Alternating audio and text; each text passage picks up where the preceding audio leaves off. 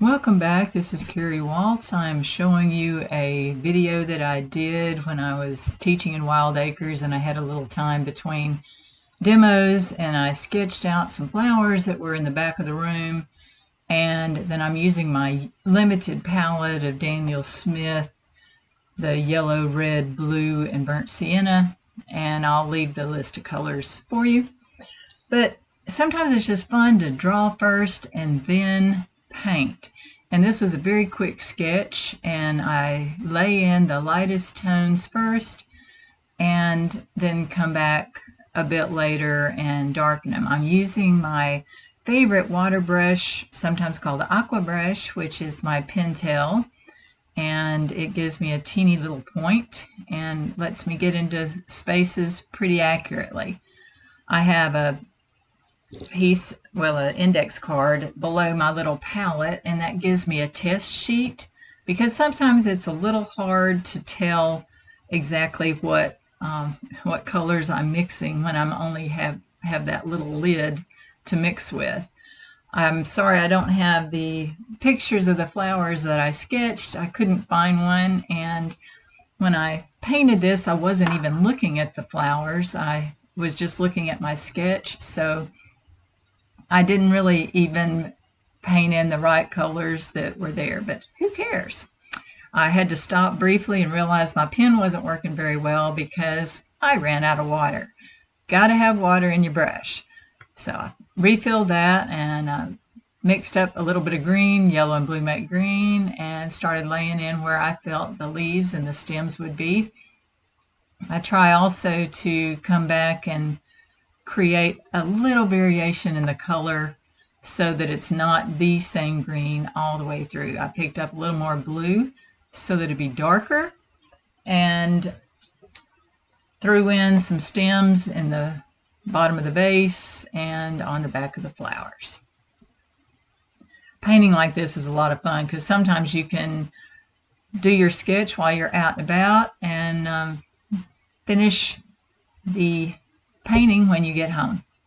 I needed a darker dark, so I just took the three darks that were on my palette, the red, burnt sienna, and the ultramarine blue, and added the dark around the flowers.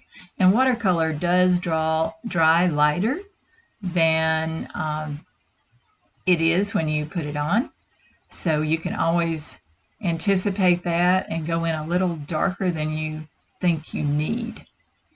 I wanted to add the more golden yellow tone, so I mixed that up by adding a little more of the red to the yellow, and maybe a touch of burnt sienna.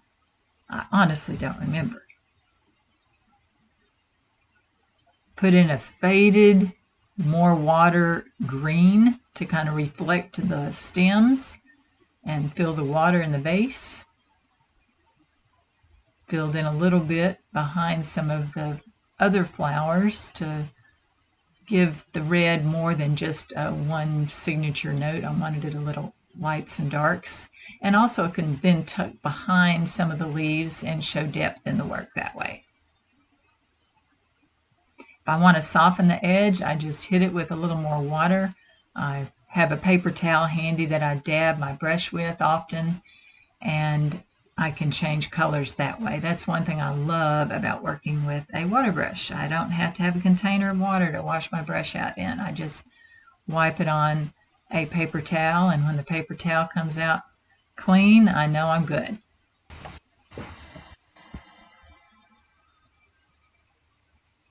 I'm just squeezing a little more water in the brush to have a soft background and just blurring in some of the lighter brown color that I have.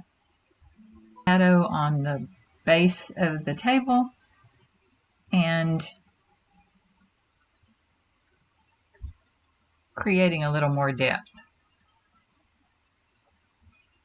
Wanted to add the shadow again behind the flowers just to show that it's near a wall.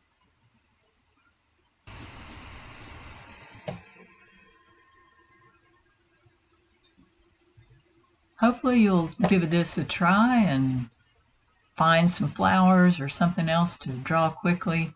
After this dried, I came back and added a little more pen just for definition and a little more variety in the background.